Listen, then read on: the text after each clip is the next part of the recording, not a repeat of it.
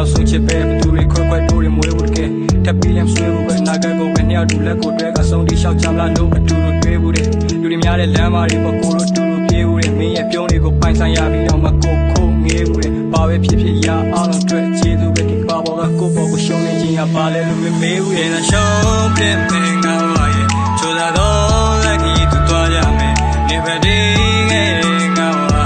ငါတော့ဖြစ်မယ်နေတာရှုံးပြမင်းငါပါရဲ့ချိုးသာတော့လက်ကြီးသူသွားကြမယ်နေပါဒီငါပါငါတော့ဖြစ်မယ်